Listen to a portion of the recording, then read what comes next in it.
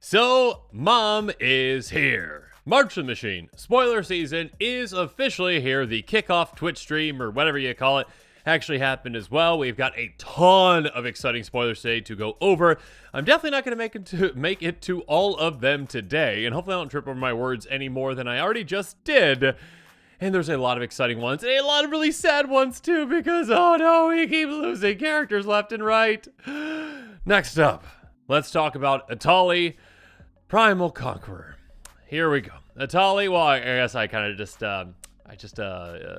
spoiled it a little bit. Etali, this side, no, everything's fine. Everything's completely fine. Ignore the Phyrexian mana symbol at the bottom. Anyways, Etali Primal Conqueror, a 7/7 trampling elder dinosaur that costs 5 red.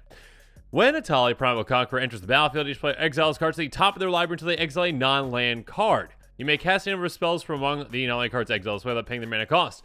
First up, gross. Absolutely gross. You know that little thing that they've been doing lately? What is it?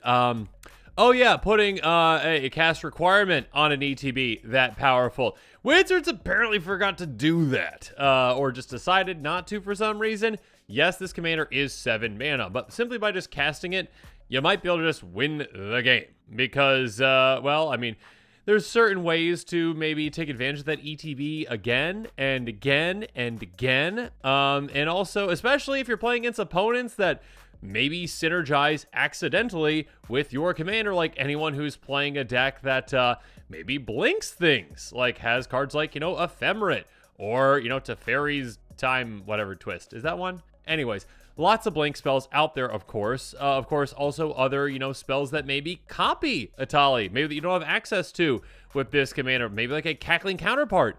Yeah, you've got plenty of ways to just say, oh, let's get that ETB again. Oh, cool, let's everyone reveal cards again. Oh, you got one this time that can help me? Okay, let's get that ETB again. Oh, you got one that can help me this time? Oh, let's get that ETB again. Yeah, that's a very powerful effect that they probably should have put a cast requirement on. Not sure why they didn't, but maybe it's because, well, the backside can just win you the game as well quite easily. Yeah, this is a powerful commander. This one, yes, costs a good amount of mana, but again, just by casting it could win you the game. Or, again, you are in green because you see at the bottom of this card right there, 9 and a Phyrexian green. Yeah, you're in green as well. You got a Gruul Etali. Transform Etali, activate all these sorceries. So, here we go. Let's flip this over, and this is why I and many players out there are sad. Etali Primal Sickness. You're making all of us sick, Wizards, with this. An 11/11. Phyrexian Elder Dinosaur. Oh, goodness gracious. With trample indestructible. That's not all, though. Hey, when Etali Primal Sickness deals combat to a player, they get that many poison counters. Gross. And a player with 10 or more poison counters, of course, loses the game. Yeah, it's a nice reminder right there. So this is not toxic. This is kind of more so like Infect, but actually technically not Infect. Because it's not like replacing the damage. It's not doing the -1/-1 counters on creatures either. It's just straight up, hey, if I'm dealing damage to you, you're also getting that many poison counters. And, of course, this does stack with other, you know, things as well. We'll talk about those here in a bit. But, yeah. I mean, 10 poison counters will lose some of the game.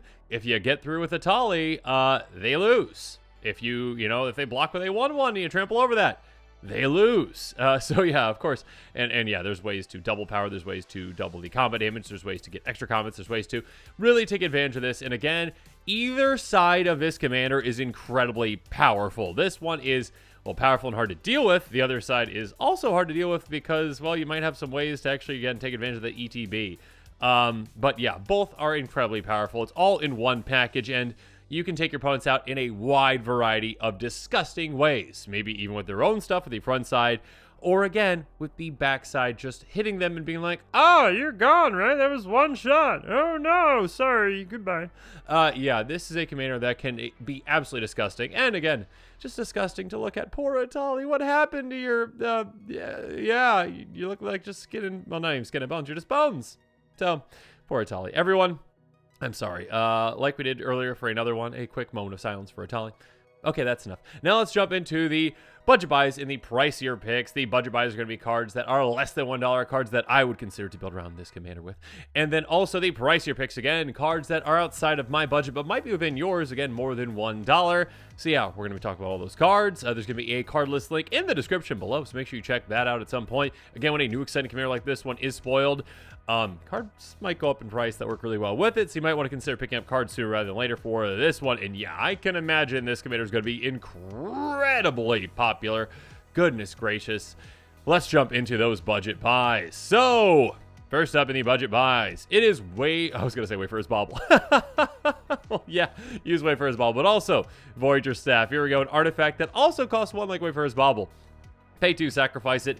Exile target creature from the exile card to the battlefield under target's control to be an extent set. Basically, hey, blink Etali. So again, that front side does not have a cast requirement. Again, I do not know why. That is an incredibly powerful ETB that just says, hey, do you want to cast 4 things for free?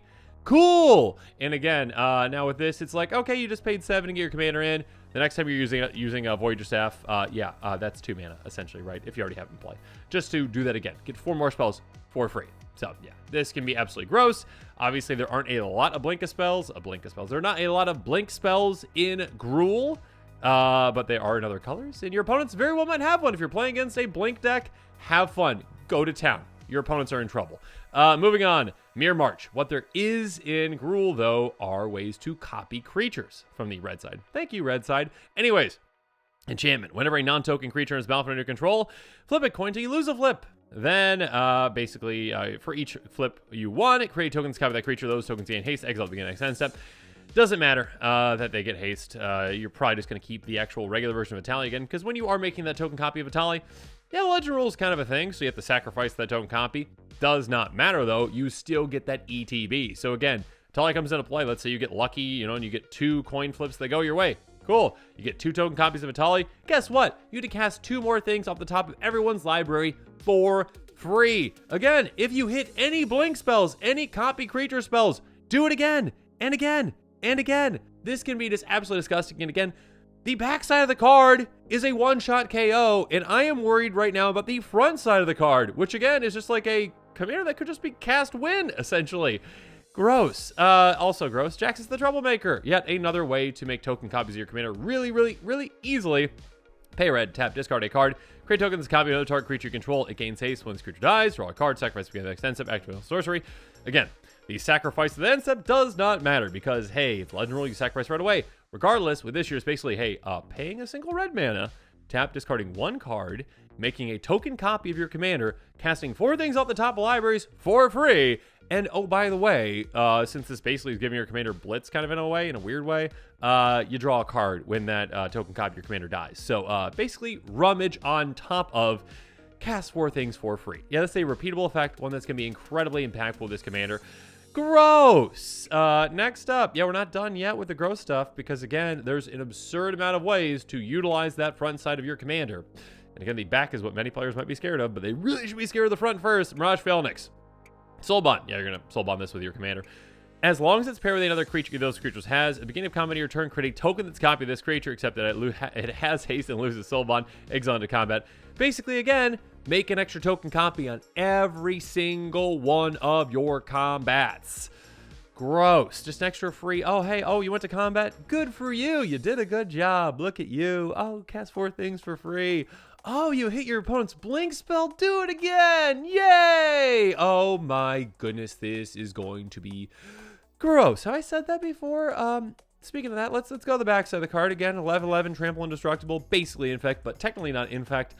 Let's Fire Shrieker, the commander. Yeah, let's just give Etali this Fire Shrieker. It's actually kind of funny just looking at Etali being like this giant dinosaur that is all bones and then holding this tiny little thing. And then that is why it gets double strike. It's like, boop, boop. That's why it gets double strike. A quick creature has double strike. Yeah, having your commander hit twice. Good luck to your opponents trying to stop you for getting through with a ton of damage when your commander is hitting for 22.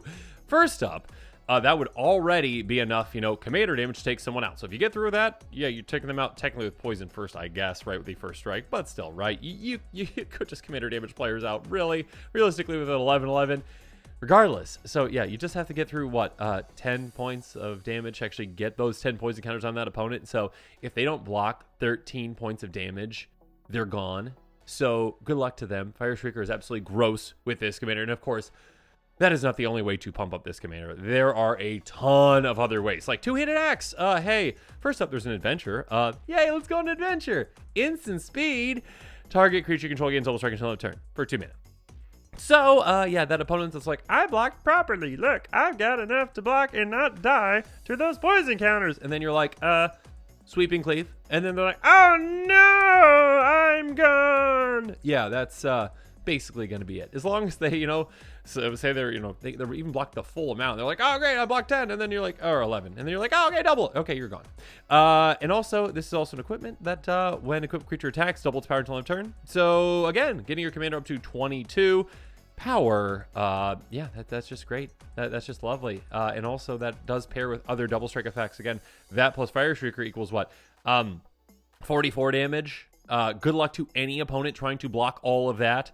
Or, 34 of that, at least, essentially, or 35 of that they need to block. Absurd. And again, both sides of the card were absurd. What in the world? Hexplate Wallbreaker. So on a previous episode, a couple days ago, I think, I talked about how Wizards, please reprint more additional combat cards because those are getting really expensive because of a couple of commanders recently. And this is like one of the only ones I could find that's like, hey, you get additional combat, but it's actually still budget friendly. Hexplate Wallbreaker. It is an equipment. It says for Mirrodin, so when it comes into play, it comes attached with a 2/2 Rebel.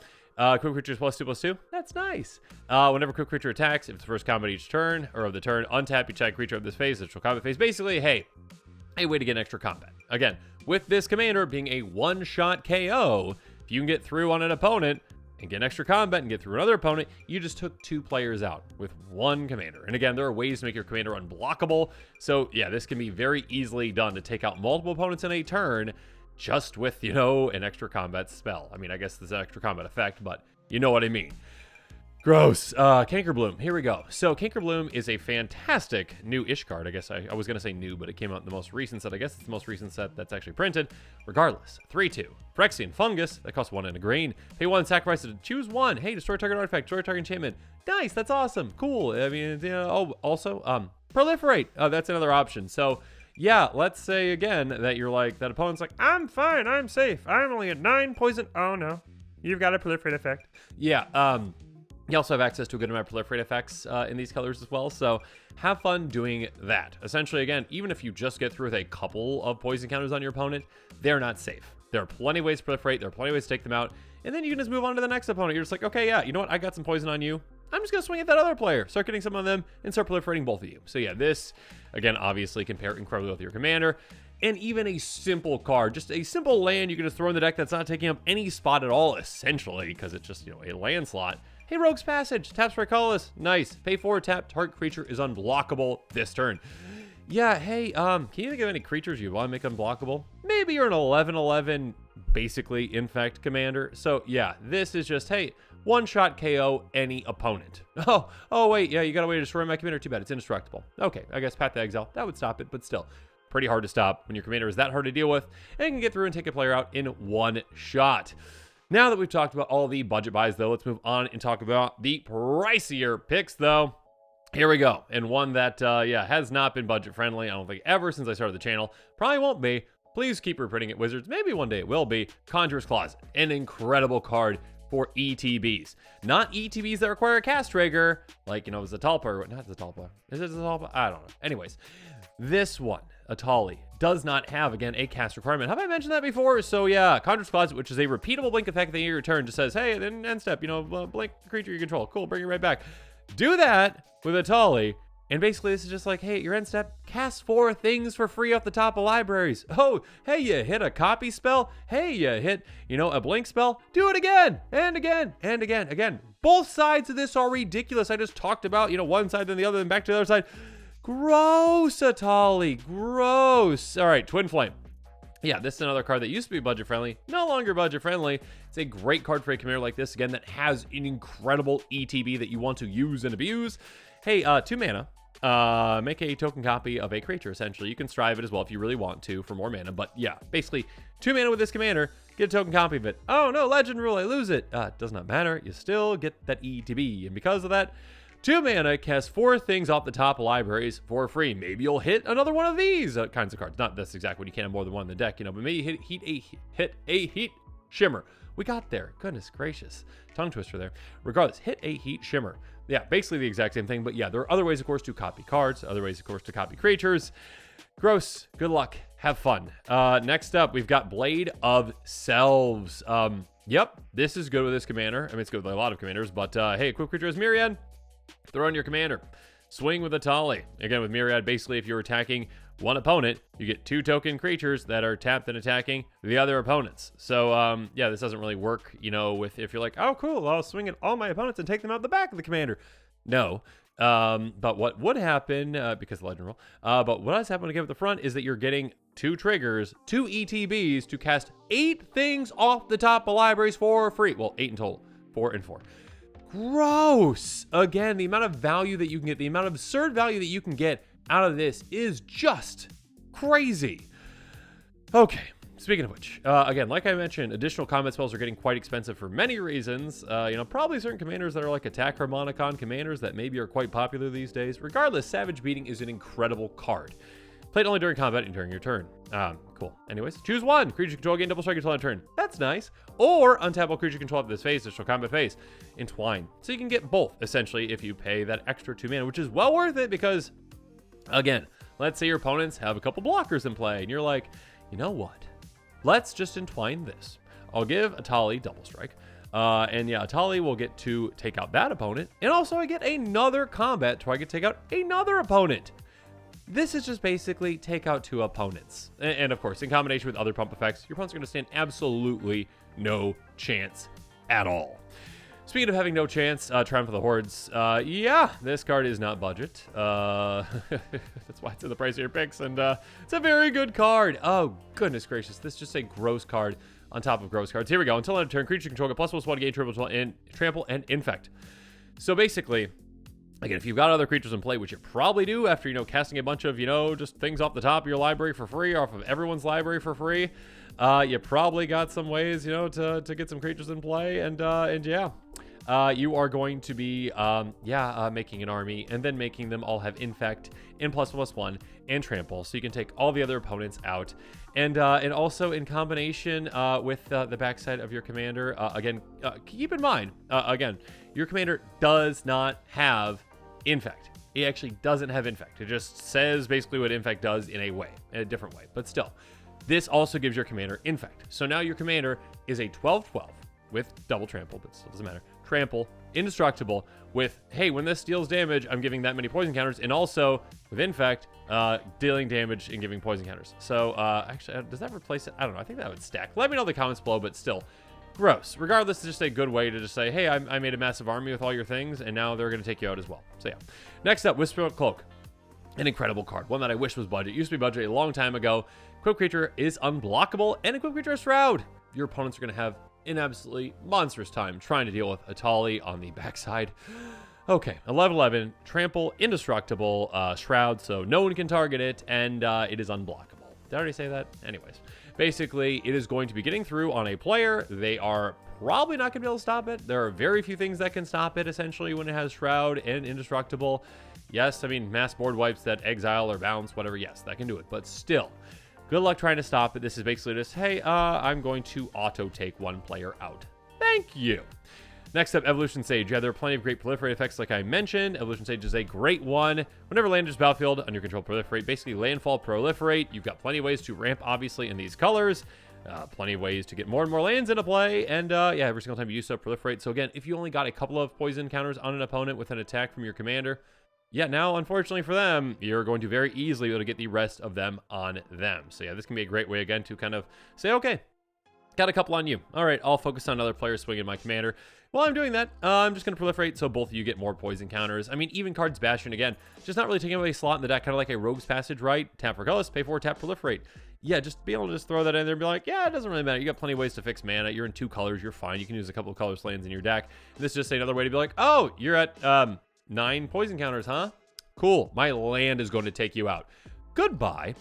Another thing to consider is, again, your commander has an absurd amount of power. The front side, 7 power, is still a good amount of power, right? Rich Car's expertise, draw cards equal to the greatest power among creatures you control. 7 is nice. 11 on the other side is even better. Plus, again, there are other ways to get even more power for your commander. So yeah, drawing 11 cards or whatnot, or more. And also on top of that, cast a spell with mana value 5 less from your hand without paying its mana cost.